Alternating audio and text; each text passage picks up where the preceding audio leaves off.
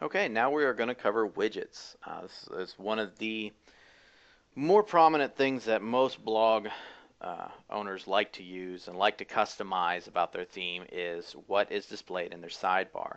Their sidebar is the little bar along the side that basically shows useful information that should or need to be accessed from any part of any page inside of your site. So different themes are going to have any number of sidebars available. Some will have one, some will have two, some will have as many as 14.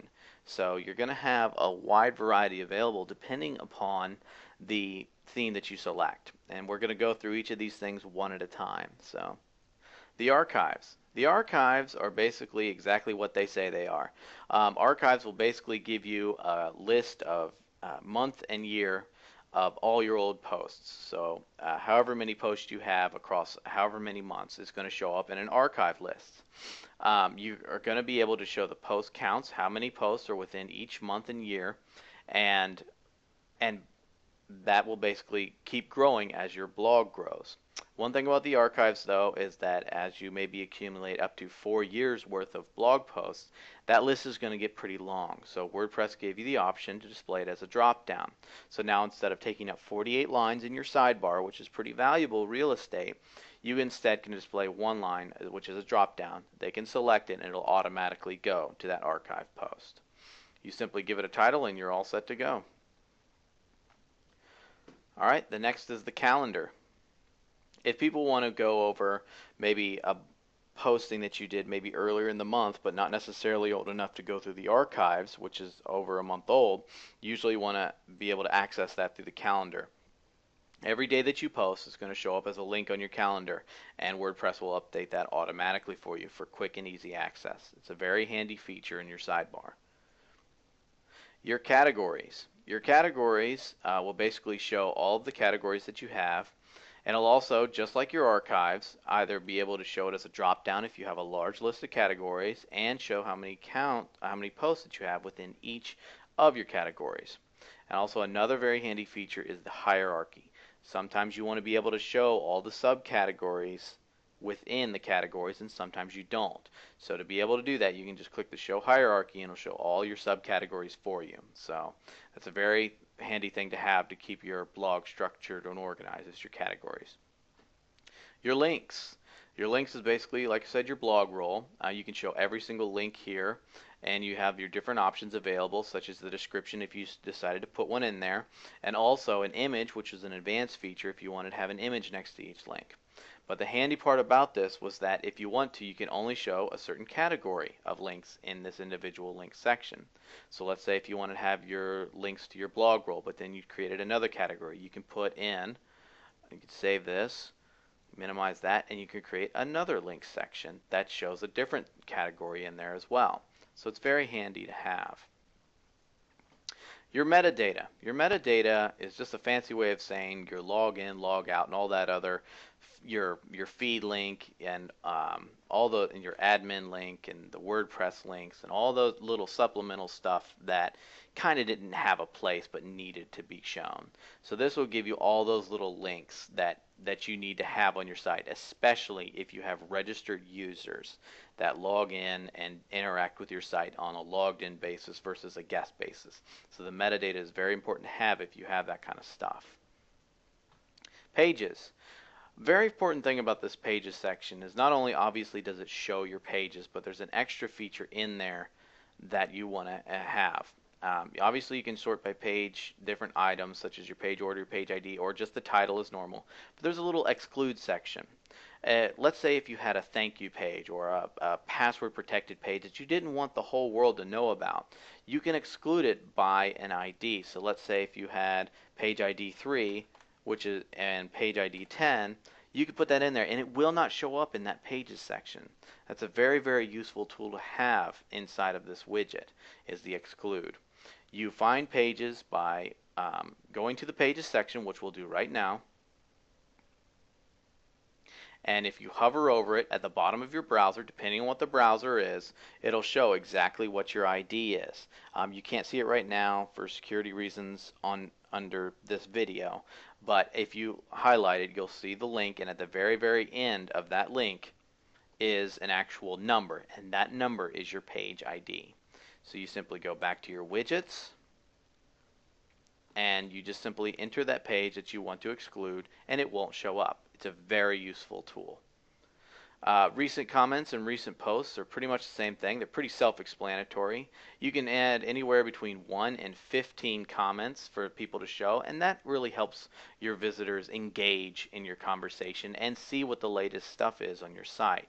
So recent comments and recent posts are actually pretty good to put into your sidebar for quick access. The tag cloud, just like I spoke of earlier, will just display your clouds in just a very hodgepodge and mashed together way of the different tags you have on your site, with the one exception. If anybody's ever seen a tag cloud before, they obviously know what I'm talking about.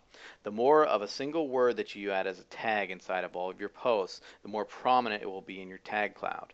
Basically, this gives users a quick access to some of the most frequently discussed about topics on your blog, and it displays them all in link form, and whenever they click on that individual keyword, it will automatically take them to a page that shows every post that pertains to that tag.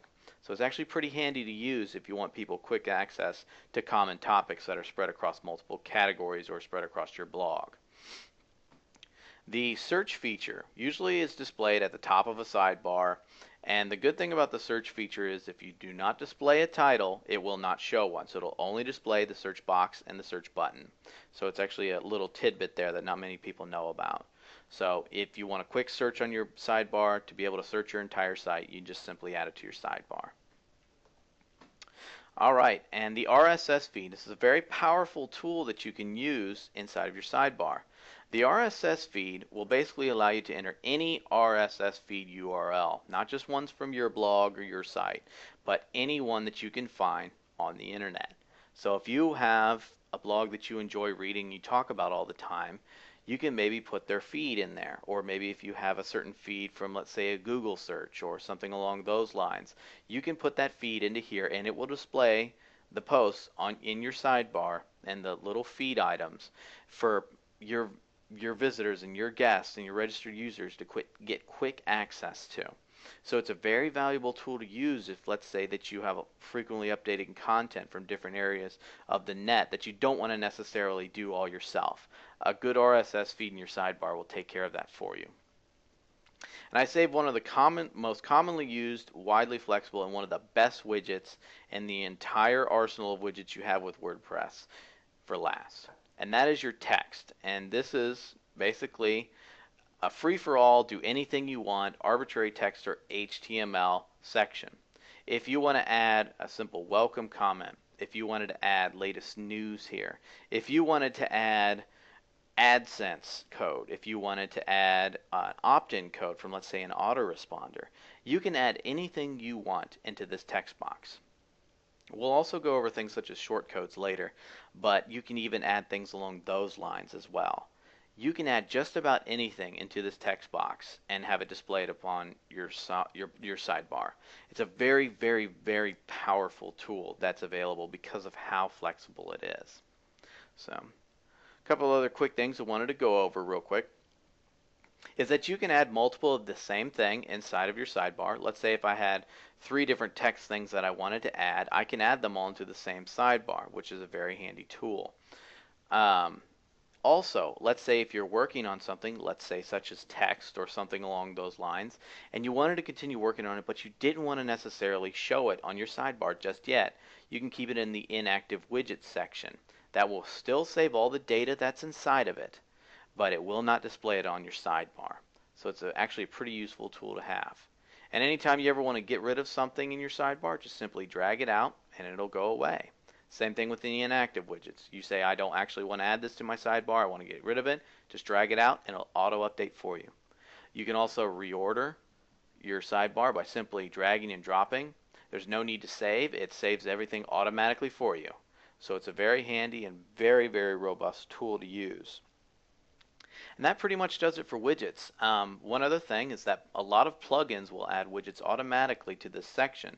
So anytime you ever install a plugin, which we'll go over later, you'll want to come back and check this section to see if there's any useful widgets that have been added as a result of that plugin that you may want to display on your sidebar. that pretty much does it for widgets. We'll see you in the next video.